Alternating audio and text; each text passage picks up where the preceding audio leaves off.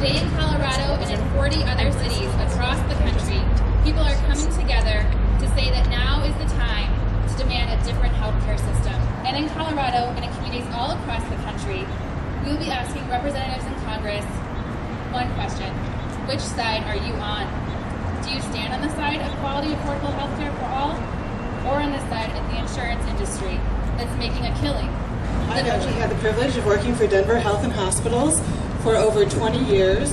During the time that I've been there, however, I've obviously observed the growing crisis in our healthcare system.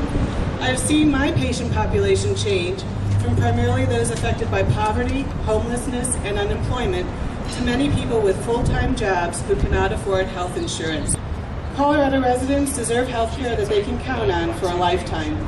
We need healthcare reform that guarantees every American both security and choice. Access to healthcare, not access to health insurance, but access to healthcare by every Coloradan and every American. That we call upon our federal legislators and that we call upon the next President of the United States to make sure that every American has access to quality and affordable health care. Our system discriminates against those with mental health problems, making it all the more difficult for individuals to seek and receive proper care. A comprehensive healthcare system must include affordable and equitable coverage for mental health and substance abuse services. Failure to do so is short-sighted, discriminatory, and the long-run costs both in terms of actual dollars and in the personal loss that is impossible to calculate. The sad reality is the fact that individuals with serious mental health conditions have a life expectancy that is 25 years less than that of the average person. 25 years. Healthcare must be improved for everyone in this country, but certain populations are particularly vulnerable and include children, communities of color, and individuals with limited English proficiency. A survey by the Grand Junction Sentinel found that an overwhelming majority of business owners favor the same sort of universal health care plan because health insurance is killing their bottom line. So if voters want reform and the business leaders want reform, then why haven't we seen anything happen? And that's why we're here, to provide an outline for healthcare reform and to let our elected officials know that we are going to work with them to get this done. We have the will to reform healthcare in this country, and we are going to push forward until we do. And as a nurse, I can tell you that every day I see people that cannot afford healthcare. They choose not to come into the hospital or not to go to their doctor because it's a choice between their mortgage, groceries, the health care for their kids, and not for themselves. So I say that we need real health care reform in America, and we need it now. Today to ask you to join us to demand that health care reform be the #1 domestic issue in 2009.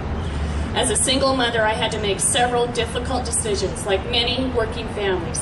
I had to choose between a place to live and health insurance. Raising children without health insurance had serious implications. When the pediatrician told me my daughter needed tubes in her ears, I could not find a doctor that would do the simple procedure without health insurance.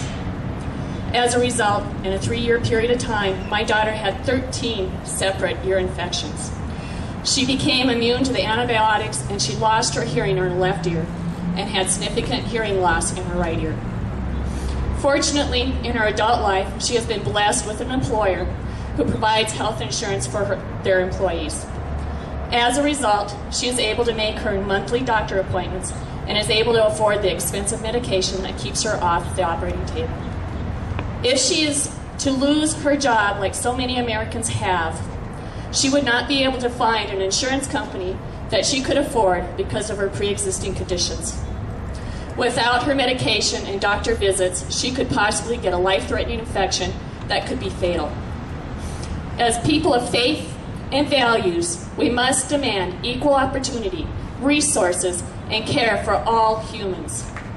As a country, we have a moral responsibility to put people before profits when it comes to health care.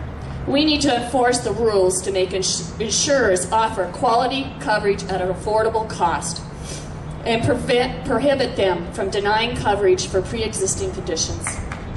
Please join me and many others across this great country and demand for guaranteed quality, affordable health care for all Americans.